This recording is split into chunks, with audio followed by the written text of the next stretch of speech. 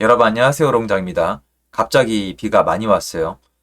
안전하시게 건강 제일로 아무 일 없도록 다니셨으면 좋겠습니다. 부디 아무 사건 사고가 없기를 바랍니다. 요새 이제 영상이나 기사가 꽤 많이 나오거든요. 하반기에 부동산 시장 다시 침체된다고. 근데 그게 뭐 엉터리다 틀렸다, 내가 맞다, 내 주장은 다르다 이 얘기 말고요. 실질적으로 그런 어떤 기사를 보시면은 넘버링이 나와요. 몇천 건, 몇천 건이야. 여러분이 그런 걸 볼 때마다 왜 흔들릴 수밖에 없는지 요거를 좀 데이터를 펼쳐놓고 좀 부동산에 대한 공부하는 방법 중에 하나를 공유하고 싶어서 영상을 켰습니다. 저는 요게 좀 도움이 됐었고 예전에 이거 모르기 전에는 좀 흔들렸었거든요. 그거 같이 한번 볼게요. 시청하시기 전에 구독하기, 좋아요, 멤버십 부탁드리고요. 멤버십 은 매주 토요일 라이브를 진행하고 있습니다. 네이버에 서울 아파트 거래량이라고 치면은 기사만 봐도 이런 게 떠요. 급락했다 다시 오른 서울 아파트값 정고점 가격의 87% 회복. 어깨나 목까지 왔다는 거고요. 서울 아파트 거래량 3달 연속 3,000건 돌파. 거래 살아나나. 근데 문제는 이 3,000건의 의미 그리고 앞뒤 맥락을 모르면 그냥 흔들릴 수밖에 없어요. 근데 또 기존 집 안 팔린다, 텅 빈 아파트 늘어나는 수도권. 이건 또 약간 시장이 안 좋다는 것 같고 보시면 또 거래량 얘기가 나와요. 거래량. 보면은 서울 아파트 거래량 검색하시면 이게 떠요. 부동산 거래 정보, 부동산 거래 현황, 부동산 매매. 들어가면은 얘가 뜹니다. 그러면 지금 보면은 거래량이 이거 서울이거든요. 서울이 23년도 7월까지, 그러니까 6월달 통계 아직 다 안 끝났거든요. 4천 건 가까이 나오지 않겠어요? 쭉 늘고 있어요.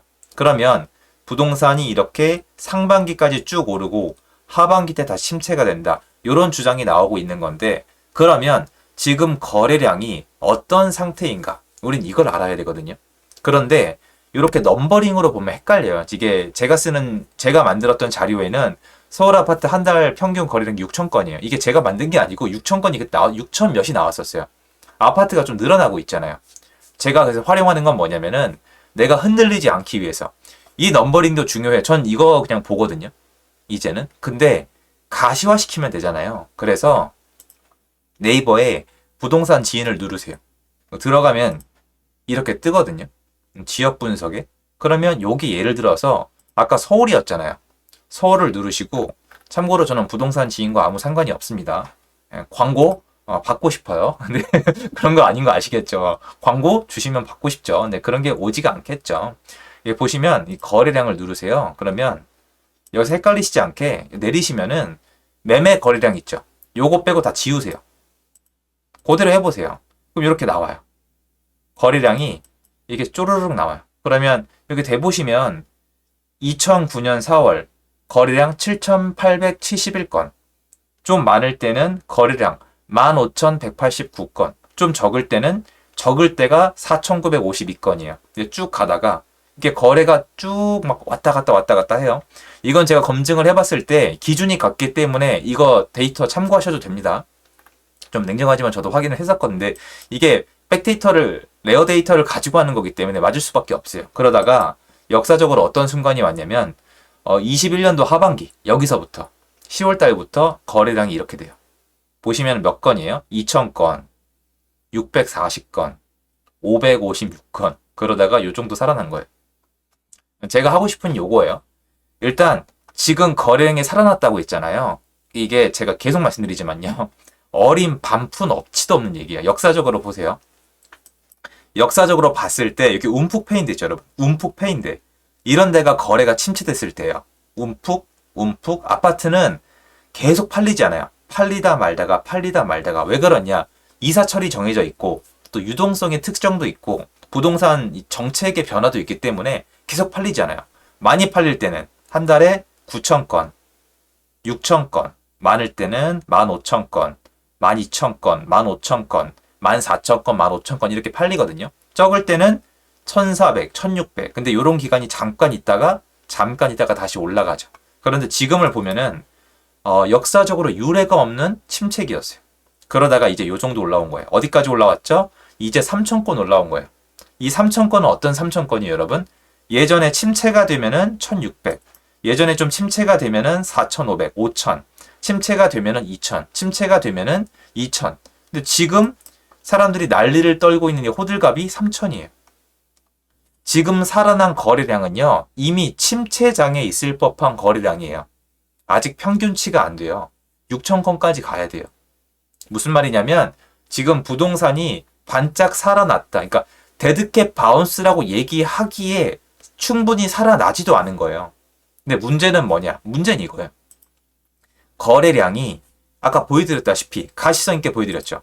이게 지금 현실이에요. 거래량이 눈에 봐도 별로거든요. 이제 여기까지 온 거예요. 이 긴 시간 동안에 집을 산 사람이 없어요. 시장이 진짜 완전히 박살이 난 거예요, 여러분. 그 다르게 표현할 방법이 없어요. 역사적으로 이런 적이 없어요. 아무리 거래가 안 되고 망가졌어도 이렇게 3,200건 이런 건데 지금은 요 3,000건으로 호들갑을 떨고 있는 거거든요, 언론에서. 뭐 저도 마찬가지예요. 왜냐면 기저효과 때문에 너무 안 좋았으니까. 그런데 이 거래량만으로 여기까지 온 거예요. 그러면 많은 분들이 말씀하시는 것처럼 거래량이 다시 내려가려면은 여기서 내려가면은 다시 이게 와야 돼요. 다시. 그래서 제가 하고 싶은 얘기는 그분들 말대로 안 된다는 게 아니에요. 데드캣 바운스 올 수 있죠. 더블딥 올 수 있어요. 저는 그런데 그럴 거라고 전혀 생각하지 않아요. 올해 하반기랑 내년 상반기에. 그런데 그분들 말대로 되려면 어떤 전제 조건이 있냐. 이런 시장이 다시 와야 돼요. 지금 이 시장이 다시 와요. 왜냐면 지금 이 거래량 있죠. 지금 서울은 특이성 때문에 그건 얘기가 너무 길어지고요. 3,000건, 4,000건만 가지고도 지금 가격이 올라가요. 일부 단지가 퍼지고 있습니다. 지금 서울 아파트 중에서 내려가고 있는 단지는 별로 없어요. 거의 다 올라가고 있거나 못 올라가고 있거나. 그러니까 옛날이랑 시장이 다른데 이게 다시 침체가 되려면 그분들 말씀대로 시장이 다시 거래량이 죽으려면은 다시 1,000건 밑으로 내려와야 되거든요. 그럼 이때 부동산 시장과 어떤 사회적으로 어떤 문제가 생기는지를 지켜봐야 되거든요. 제가 크게 세 가지만 말씀을 드릴게요. 이것까지는 제가 데이터를 다 보여드리지 못하는 게 죄송하긴 한데 첫 번째로 일단 세금이 안 거쳐요. 부동산이 안 팔리잖아요. 제가 이때 뭐라고 말씀드렸죠? 이것도 보나마나 한 1년 있다가 1년도 아니 6개월에서 1년 있다가 세수 부족, 세금 부족하다는 얘기 나오는데 이거 얘기 아무도 못하고 또 정부 탓하겠지라고 얘기 말씀드린 적이 있어요. 정치적인 이야기 싫으니까. 세수 부족 지금 심각해요. 부동산에서 세금이 어마어마하게 들어오거든요. 막 지자체마다 좀 적은 데는 20%대에서 60%, 70%대까지 취득세 갖다가 운영을 한단 말이에요. 거기 공무원 월급도 포함되어 있어요. 근데 1년 동안 집이 하나도 안 팔렸잖아요. 세금 부족하겠죠. 그리고 두 번째 뭐예요? 내수 경기 침체. 부동산 안에 사업이 한두 개가 아니잖아요. 중개사님만 있는 게 아니에요. 인테리어, 뭐 가구, 전기, 설비 뭐 한두 개가 아니에요. 뭐 정수기 그리고 인터넷 설치 생각을 해보세요. 이사를 할 때 얼마나 많은 것들이 깨지는지. 여러분이 이사할 때 돈이 깨지는 게 뭐예요? 누구한테 돈이 들어가는 거잖아요. 그거 다 멈췄단 말이에요. 그게 두 번째요. 내수 경기 침체. 그리고 마지막이 세 번째가 있어요. 거래량이 이렇게 침체가 되잖아요. 그러면 사람들이 집을 안 산다는 거예요. 그런데 집은 필수제예요. 그러면 사람들은 매매가 아니라 전세로 갑니다. 근데 이거는 과거죠. 원래 매매나 전세로 갔었거든요. 근데 전세 시장도 문제가 생겼어요. 그래서 월세로 갑니다. 그래서 월세가 폭등을 해요. 이 기간 동안에 월세가 어마어마하게 올라갔습니다. 근데 여기서 보면 안 보이죠. 정리해 드릴게요. 그분들이 말씀하시는 것처럼 부동산 거래량이 다시 내려가고 더블딥, 그러니까 데드캣이 올라면은 이 세 가지를 다시 거쳐야 돼요. 일단 내수가 더 침체가 될 거고 세수가 더, 이거는 저 팩트 말씀드리는 거예요. 전 그렇게 아예 믿고 있고 전 그렇게 통계를 가지고 있어요. 그리고 다시 한번 세수가 부족해지고 내수 경기 침체가 되고 또 뭐예요? 여기서 월세가 더 올라갈 거예요. 아니 누가 집을 사서 월세를 놔야 되는데 그거 안 될 거 아니에요. 근데 지금 정부랑 그리고 사회적으로 그걸 버틸까요? 총선이 1년이 안 남았어요. 그거 버틸까요? 전 아니라고 봐요. 누구도 원하지 않는 시장이기 때문에 여기서 시장이 다시 침체가 돼서 거래량이 다시 떨어진다? 2,000건, 1,000건 밑으로? 제가 사실 거시경제 얘기를 자주 하는 사람은 아니지만 진짜 간판처럼 경제를 공부하신 분 입에서 나올 수 있는 얘기인가라는 생각밖에 안 들거든요. 뭘 바라는 거예요? IMF? 아니면 국제금융위기? 한국 파산? 뭐 어떤 카드 대란급의 어떤 내수 경기 침체를 바라시는 건지 모르겠는데 그런 건 안 가르쳐주죠.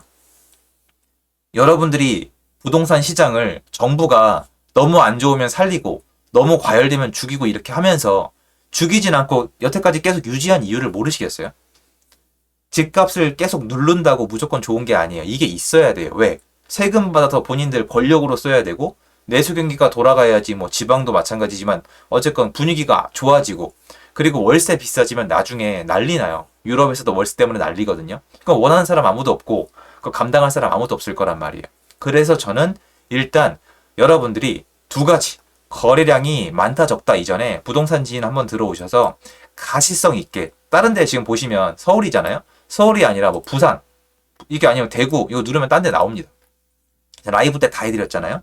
그러면 이렇게 본 다음에 지금 어느 쯤에 와 있는가, 더 내려갈 수 있는가, 그러면 그 지역 경기랑 세금이랑 월세는 어떻게 되겠는가, 이거 생각해 보시면은 여러분이 뭔가 앞으로 예측할 때 훨씬 더 좀 참고가 되지 않을까요? 그런 마음의 영상 준비해 봤습니다. 도움됐으면 좋겠고요. 제 영상 여기까지입니다. 감사합니다.